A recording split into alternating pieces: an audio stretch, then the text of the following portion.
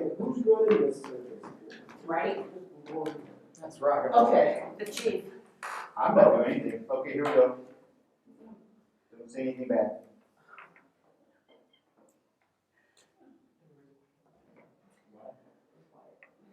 Okay, we'll call the meeting to order at 7 o'clock. First on the agenda is the Pledge of Allegiance. I pledge allegiance to the flag of the United States of America and to the republic for which it stands, one nation, under God, indivisible, with liberty and justice for all. Okay, hello everyone. Kind of a different situation tonight. We've got everyone here social distancing at least 6 feet apart. We have questions. If anyone has, the public has questions, you can email the police department email address and ask those questions, and we will answer them tonight if we can. So we'll go ahead with our agenda. Next is the approval of minutes. Make a motion to approve the minutes. Second. Motion made by Mr. Mashinsky, seconded by Mrs. Riddell to approve the minutes since our last regularly scheduled meeting. Any discussion? Mrs. Riddell? Yes. Mrs. Pothorsky? Yes. Mr. Mashinsky? Yes. Mr. Pfaff? Yes. Passes 5-0. Next, the approval of claims.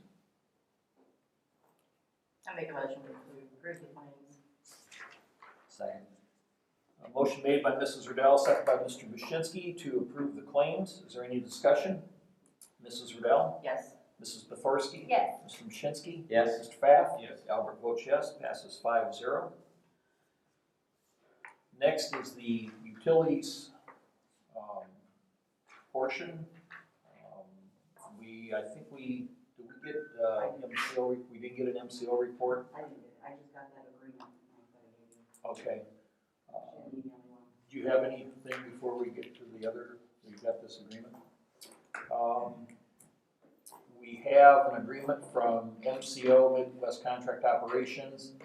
It's hourly rates for planning assistance for the wastewater treatment plant expansion. It's their stock standard agreement with their labor rates for their operations manager, specialist, technician, and accounting clerical. Did you want to look at this real quick? Yeah. Okay. You want to talk about the Yeah, we'll talk about the current billing and penalties and shutoffs. So with the pandemic, we've been waiving late fees and shutoffs and so forth. Looking at Governor Holcomb's back on track Indiana schedule, starting in August, we'll resume our regular billing cycle. The bills will go out August 10th and payable August 26th. At that point, we'll be back in swing with shutoffs and penalties. And then also, we found going through this time period that the online payments, we've been currently waiving the fees for utility customers. We'd like to continue that for residential customers only going forward. I'd like to make a motion that we waive the fees for online utility payments with your credit card. for residential? For residential customers only. Okay, I'll second the motion. Motion made by Mr. Pfaff, second by Albert, that we suspend the 3% credit card payment fee for residential customers from this point on. Is there any discussion? Mrs. Riddell? Yes. Thanks. Mrs. Pothorsky? Yes. Mr. Mashinsky? Yes. Mr. Pfaff? Yes. Albert votes yes, passes 5-0. That looked good. Doug has reviewed the contract, so and approves it, the verbiage. I would like to make a motion that we accept this contract, enter into it with MCO for the wastewater project. I'll second the motion. Motion made by Albert, seconded by Mr. Pfaff to enter an agreement with MCO for professional services for the wastewater treatment plant expansion project. Any discussion? Mrs. Riddell? Yes. Mrs. Pothorsky? Yes. Mr. Mashinsky? Yes. Mr. Pfaff? Yes. Albert votes yes, passes 5-0. Do we have anything else on utilities? They don't have to vote on the penalties thing, are you gonna? I think we should make, if you want to discuss waiver of penalties, during this period, I would suggest you make a motion and pass a resolution. I can draft one if the board's so inclined. Okay. Do you want to make that motion, or just, we can direct you to draw up the, Direct me to draft a resolution. I would, if you're going to, if you choose to waive those fees, I would suggest you run that out until 30 days after expiration of the governor's emergency order. okay, that would cover the August, the dates. I believe so. Yeah. So I'd like to make a motion that we waive shut-offs, late fees, and penalties for utility customers until August 10th, which would take us, August 10th billing cycle, which gets paid on August 26th. 25th. 26th, we run penalties, Okay. so that's August billing. Okay. I'll second the motion. Any discussion? Mrs. Riddell? Yes. Mrs. Pethorsky? Mr. Pshinski? Yes. Mr. Matt? Yes. Albert votes yes, passes 5-0. So we'll just go from there. Utilities were done. Streets? I got a couple things, Mike. First of all, I was talking with Darren and Jim. We'd like to see if the council would think about doing away with the stop signs on Westville Street that stop at Plain and Ridge. We could mean them there, but the ones on West Jefferson, nobody really stops at them. And I know that it's hard for us in the wintertime when we're plowing going to the east. We have to stop there through traffic, we have to back up, keep going to get the snow moved across the street. I don't see really no use of what the stop sign is really there for. Okay, so you're pulling, you want to remove both of them on Valparaiso Street, Valparaiso and Ridge, Stop at, and Valparaiso and Plain, but just the Valparaiso Street. right, there'd be a stop at Plain, And Vaco and Ridge, and Vaco and Bowmore. And I would put signage up there that says the cross street does not stop. Okay. Do we need to, that's probably an ordinance then, correct? We enacted it with an ordinance, I know. Yeah. If you take a vote, I can get one drafted. Or I can have one ready for next month. Okay. Well, just go ahead and draft one next month, we'll do it next month, that gives us time. That's fine. Signage and everything. Okay. Any, Yeah, the other thing I got is crack sealing for the year. I talked with Jim. We think we can save some of our roads now if we start crack sealing them. Maybe we'll have 2 or 3 more years before we're having to repay. I have Arm Sealing come out and give us a price, that's who we used before. And for them to do, the streets that we like to do is all of Prairie Meadow Park, with the parking lot and everything. And also we do East Jefferson, Liberty, Lincoln, Independence, Allen John, Chandler, Luke, Mary, Jacob, Caroline, Charlie, Stanley, Lucy, and Plain Street from Main to Valpo, which is 35,430 foot. And the cost would be $27,900. And we'll take that out of that restricted fund that we have.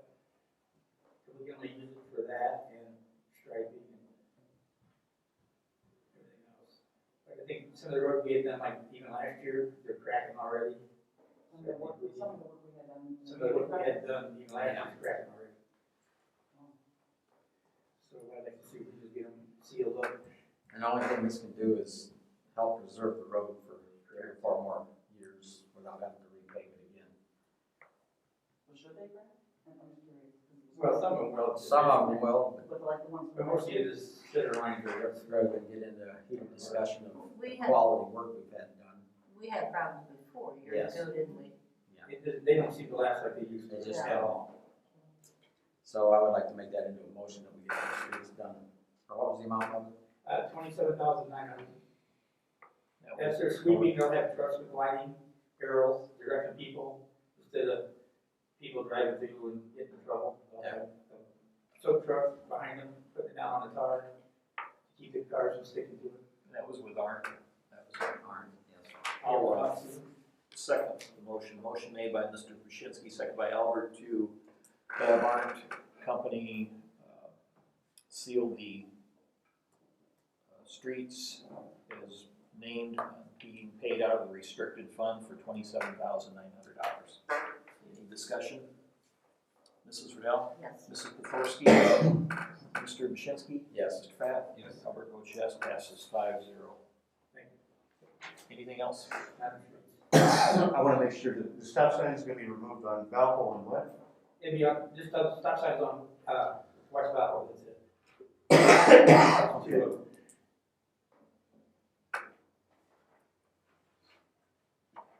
Nothing, anything else, Jim?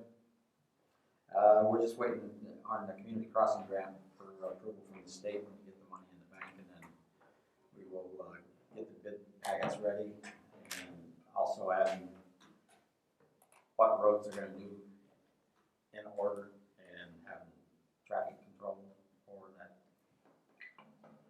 project, So they have bottlenecks? so be it. Yeah, so we're actually, I mean, Lori's sent in everything, we're just waiting on the state to,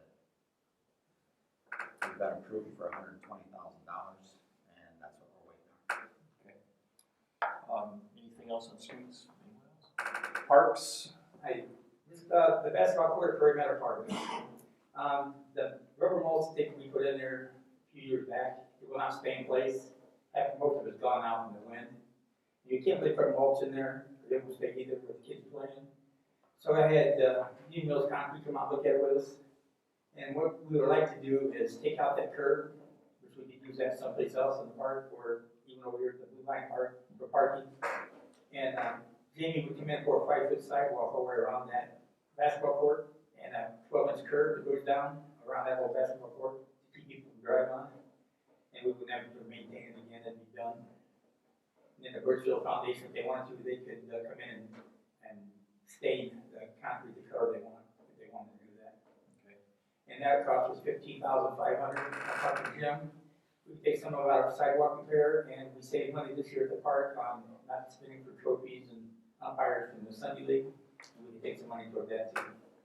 That would actually probably fix that basketball court. We wouldn't have to worry about it anymore. So that Union Mills Concrete. Union Mills Concrete, 15.5. Right. And have a 12-inch curb on it to keep everything out of there. Okay. Olga, did you want to make a motion? Yeah, I make a motion that we use Union Mills Concrete, to fix, to pour the sidewalk. I'll second it. Okay, motion made by Mrs. Pothorsky, second by Mr. Bashinsky to make the repairs, add the sidewalk and curbing at Prairie Meadow Park with Union Mills Concrete. Is there any discussion? Mrs. Riddell? Yes. Mrs. Pothorsky? Yes. Mr. Bashinsky? Yes. Mr. Pfaff? Yes. Albert votes yes, passes 5-0. Thank you. Anything else on parks? Police? For the month of April, the police department had 376 calls for service. For the most part, a large majority of those were business checks. We only had one crash and 18 traffic stops during the time. With the restricted travel order and the stay-at-home order from the governor, we slowed down quite a bit. Next, I think on the agenda is the Westville Correctional Center demonstrations that we've had. We've had 2 so far. For the most part, they've been peaceful. We haven't made any arrests. We haven't had any issues with traffic. We do have another one coming up this weekend that we're preparing for. Obviously, the most important thing is that we preserve everyone's First Amendment rights. I mean, that's obviously an important issue, but I never thought that we would be preparing for large-scale demonstrations in Westville, and I don't know if it's something that we need to address as a town as far as permitting people to peacefully assemble. I don't know how it's done. Is there a process that the town needs to come up with for organizations to get permits, to have insurance, to provide a place to assemble so that we can ensure peace for the citizens that aren't demonstrating? So I wanted to bring that to your attention and open it up for discussion with everything that we've been dealing with. And I've done quite a bit of learning from the state police. They've got some brilliant people making plans, and I've been picking their brains, and I wanted to bring that to your attention and see if you could discuss it some. What do you think, Doug? Is this something we should address? I would want to do some research on that. I know other cities and towns have it, I've not encountered it. But perhaps I could provide the council with some examples on what some other municipalities do. Does the county have any type of? Not to my knowledge. Well, if you don't mind to do that. Yeah, sure. And the last thing that came up recently is a couple times last year, and it's kind of come around again this year, people are asking whether or not they can have chickens in town limits. I was told when I was hired in 2012, I was told that we had an ordinance that prevents farm animals in town, and I imagine that's the truth. We've searched everywhere and cannot find an ordinance addressing farm animals. We looked through everything that we can look through, and I can't find anything. So with the popularity of chickens recently and the different questions, I wanted to bring that to your attention and see if we could discuss it, and I can kind of direct everybody from there. I would really like to look into this more. I would like to see what other municipalities such as Westville decide. And larger for that part. Would that be something you could help us with? Oh, yeah, well, I drafted the zoning code, and I'll tell you, LaPorte County, Michigan City, and LaPorte all have an identical code section. Okay. And that code section deals with not only how it's zoned, okay, but if it's zoned in ag, there's a limitation on the type of animal depending upon the amount of land, and the number of animals depending upon the amount of land. Chickens tend to gravitate towards residential areas, which would require variance. I think the process we have set out for Michigan City, LaPorte, and the county works pretty well, because it does require most people wanting chickens to request a variance, but that allows the Board of Zoning Appeals to look at the property, density, and whether it would be appropriate to have animals at that location. So that would require a request for variance, but that's a pretty simple matter. I think what's in place works fairly well. And now that would be dealt with through the Board of Zoning, ultimately through the Board of Zoning Appeals, and we've already started on a redraft of the zoning for the town anyway. So I think that would alleviate concerns when we get it finished. So when we adopt the zoning ordinance that we've been working on, where we're in line with all of the rest of LaPorte County, will the farm animals then be covered under that zoning ordinance? We don't need to have a separate ordinance. Correct. I think, in fact, it would be confusing if the town had a standalone ordinance plus the zoning. Okay, I'm good then. Thank you. Anything else on police?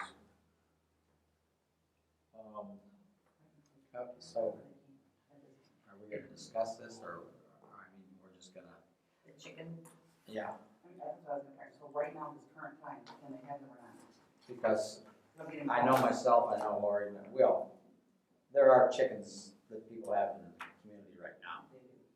And I myself, all my concern is that if we allow chickens to be in the town, there's gonna be trouble with coyotes, hawks, whatever it may be. I have concern for my grandchildren that are out playing in the area, or any of the children in this town. That is gonna attract other animals besides the chickens. And they're not always gonna be contained, and they're gonna get out. I mean, it's just a natural fact. I think that if we're gonna have this, we need to have some definite guidelines.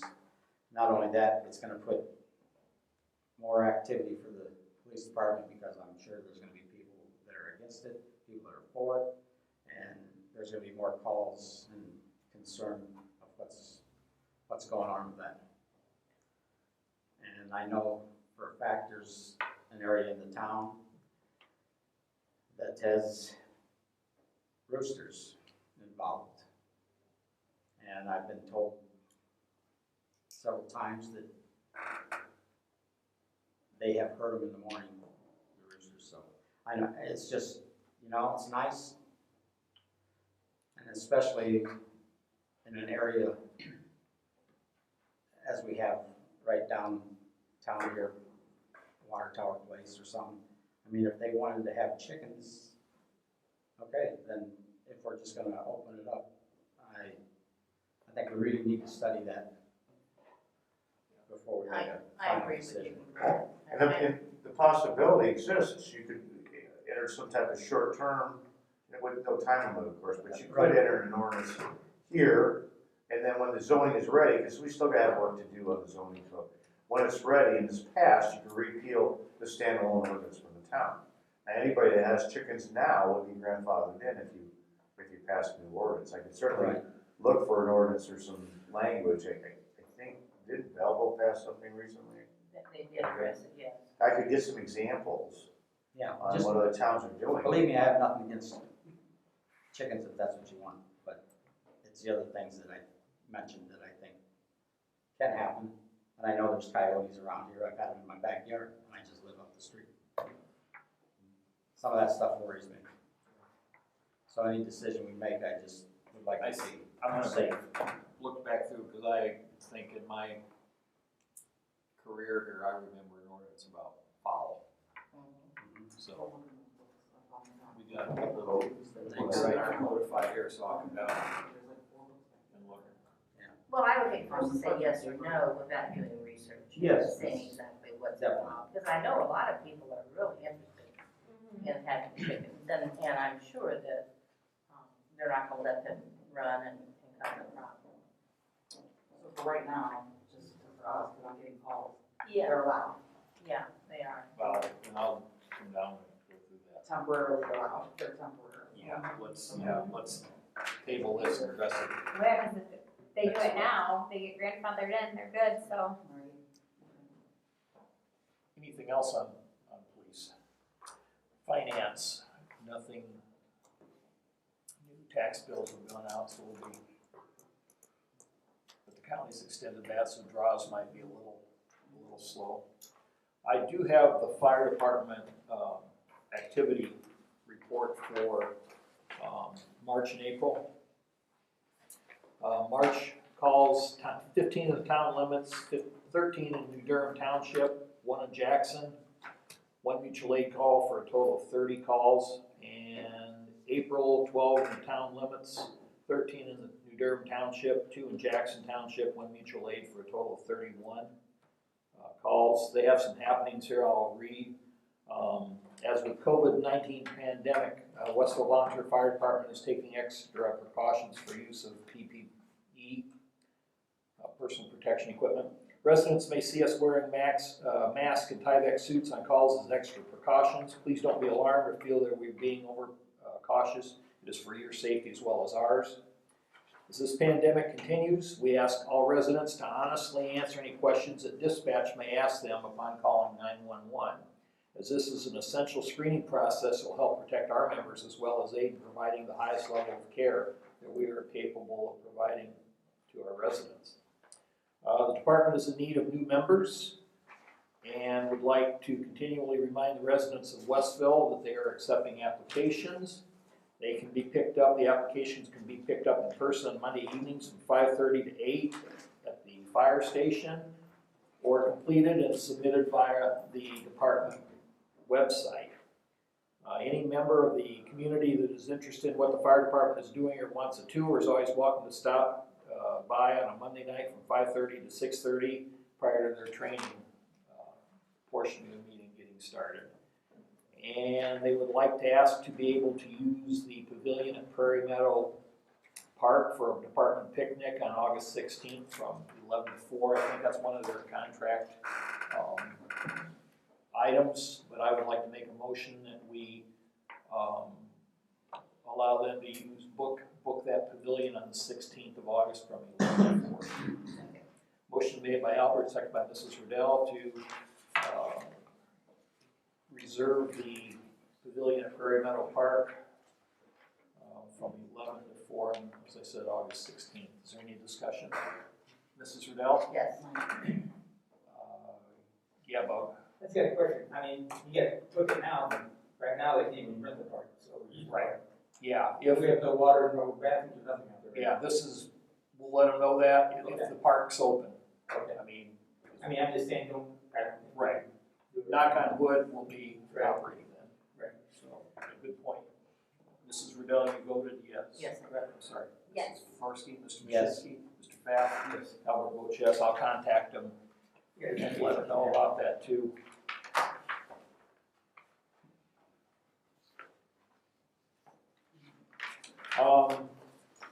Any miscellaneous items? I have one. Yeah. With the tax abatement process we were going through, originally we were set to schedule a public hearing for June 9th, and I've talked to Ryan Booth, and we're gonna post based because the public can't be here for that right now, and they're participating online. I'd like them the opportunity to be here for something like that in the town and hear his presentation, so we postponed that to the July meeting, that public hearing, to give, hopefully by then, we'll have to look at how Indiana's progressing, but hopefully by then, there'll be an opportunity for that. It didn't impact his schedule and what he has going on, so. We have some, we've allowed or mentioned that people can contact us with any questions for tonight. As of now, I have two. One, give me the order we got them, is from a homeowner on Fairview that property borders the truck stop. So the back of their property, the west side of their property meets the east side of the truck stop. The truck stop has privacy fence put up, and they have been knocked probably back into and wind and everything else. But anyway, the fence is leaning over onto their property, and they sent a couple pictures of the damage. It does look bad. They shouldn't have to put a prop in their yard for that. Is that a zoning issue that we can handle, or is that a civil issue they would have? Because I don't think it's zoning, it would relate more to code enforcement. okay, because the fence has to be, they already have something on it? Last year, Randy had sent 2 or 3 businesses in town, letters to abate nuisances. USA Truck Stop was sent 2 letters. They cleaned up a little. There's still abandoned vehicles there, there's abandoned trailers there. The fence has fallen down, like you mentioned. I had asked Randy at what point would he like me to move forward with citations, and the last word I got from Randy before the first of the year was he had me holding off on issuing any citations. They've received two letters to abate all nuisances. They have not. So however you want to proceed, I can do whatever you'd like.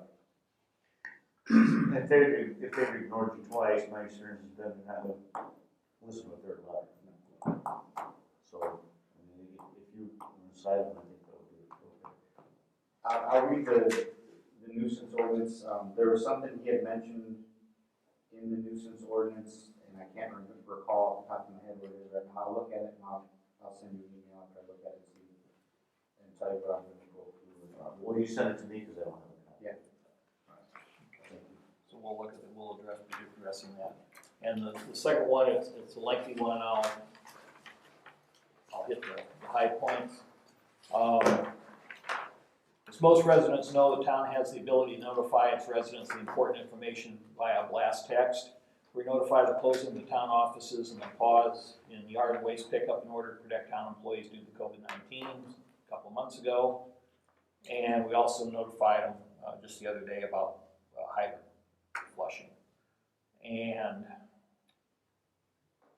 given the ability to notify town residents via the blast text method, please explain why it is that Westville residents have to find out information relating to the outbreak of the COVID-19 virus happening at the Westville prison by having to watch Chicago News and listen to Governor Holcomb's weekday briefings instead of being informed by the town of Westville as soon as it became aware of the possible outbreak at the prison.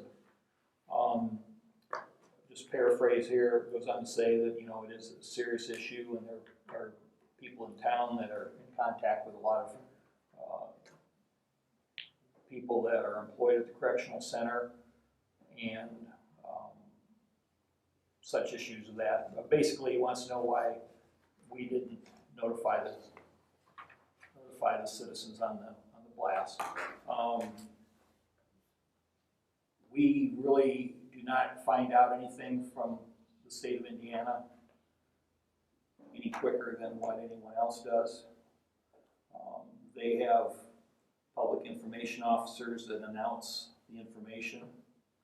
I know the county and the State Board of Health was notified, and they were putting out notices. So we, by the nature of the beast, we cannot speak for the Department of Correction or any state agency because we don't have that information and we are not their public information person. I respect this gentleman's questions, but we do not know any sooner than the public. And we can't go out and bang on the desk telling them we want that information. They will give that to us when they are ready to release it. Well, Any other? go ahead. Well, if I may, the last LaPorte County Commissioners meeting, they had, for the first time, a discussion with, I think it was a head physician for the DOC, as well as legal, I think. And they discussed both Westville and Michigan City Prison, and it was a pretty good discussion. You can go online, I think it's laportecounty.org, at the LaPorte County website, and you can watch that meeting. It's pretty informative, but that's been the first time, I believe, that DOC's supplied any significant information to the local governments. Their website, the DOC's website, is pretty informative of statistics of where there's been outbreaks. State Board of Health website, I think the DOC website has a link to the Board of Health website too. So I mean, it's. You know, my statement is we don't know what's going on, just protocol. I understand they have protocol. We have protocol with anything that's happening in our town, but Westville Correctional doesn't know what the town's doing, so how could they speak for us? The same way, we don't really know what's going on. We know COVID-19 is there. We know that. But it would be foolish for us to try to make a statement on behalf of Westville Correctional Center when we don't know that. So I don't want to be giving out wrong information. I don't want to be giving out, somebody making me think that we have all the answers. We really don't. So I would hate for us to try to speak for or talk for Westville Correctional Center, just like I would hate for them to try to talk for us. And you're right. I mean, the county and the state have worked very closely together. And, you know, they know what they're doing. We certainly don't have a clue. So I understand the concern. But there were a lot of things that I think other people knew before I knew, because the information was, at first, was not put out very well. Well, and I think that the county health department is the best entity to provide information. I agree. Because they're trained and to an extent to monitoring and in charge of the COVID situation. So any citizen would probably be best served to watch the last commissioners meeting, because there was about a 20-minute discussion with DOC personnel, and check with the LaPorte County Health Department. Is that on YouTube? Would that be on YouTube, maybe? Oh, I don't know. I know there's a TV channel you can click on to watch all the government, not all, but many of the government meetings. And you can certainly watch county commissioners meetings online, and they were, whatever, Skype or something in the meeting. So And everybody has access in the county to that, so I was wondering if it's on YouTube. it's pretty easy to find. Yeah. Something I'd like to mention, the last couple of months have really been different than any time I've ever seen in my life. And a lot of things, decisions are being made from, you have to shoot from the hip, things change constantly. And I just want to thank our employees for keeping things going here and working under difficult, sometimes just difficult times. Handling the public. I think everybody in Westville has been great during all of this, to the citizens. But thanks to everybody that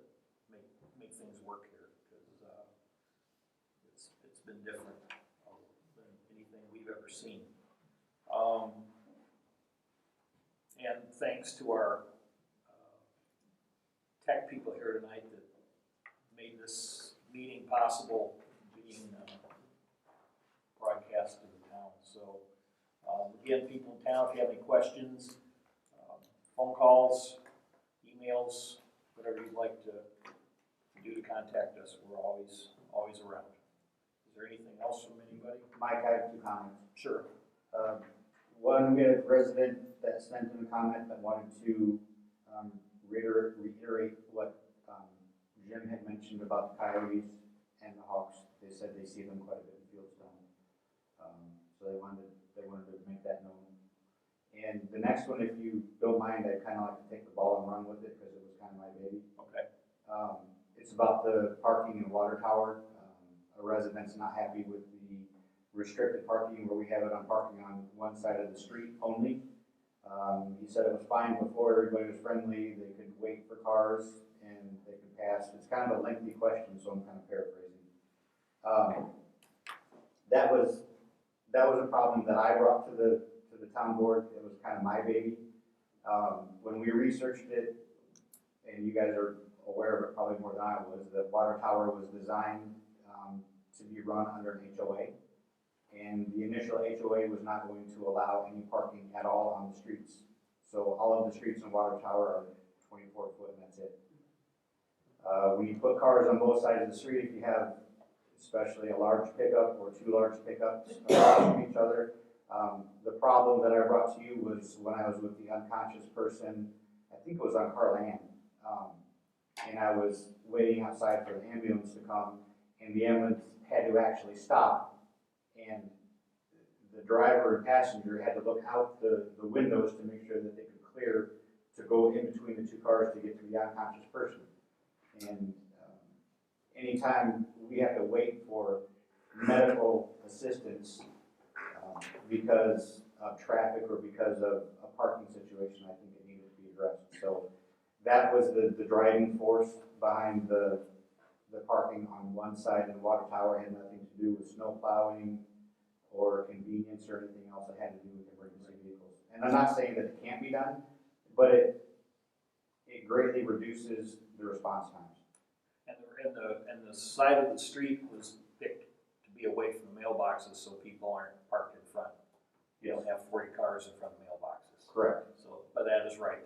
Those streets were designed for that. The same reason that subdivision does not have street lights in it, because they chose to put in individual lights along the driveways too. So that issue has come up too. So That's the only thing I have. That's the only 2 comments that have come. okay. Anything else?